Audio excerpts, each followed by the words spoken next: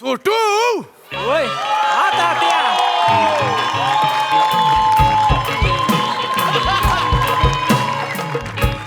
तुला एक कळत नाही होय काय? पटपट चल म्हणलं तर मामा तात्या मिसळ पाव खायला जायचं आहे मिसळ पाव खायला जायचं आहे तिकडे गेलो असतो तर शूटिंग बॉम्बाला असतं इकडं. होय तात्या, माझी आई म्हणती सकाळी उठल्यावर मेथीचे दाणे खावेत. छोटू हा? सगळं ठीक आहे ना? होय तात्या. मग मी काय सांगालोय तू काय बोलायलायस काय संबंध आहे काय त्याचा? काय ते आपलं जरा आपलं नाही तुझंच असते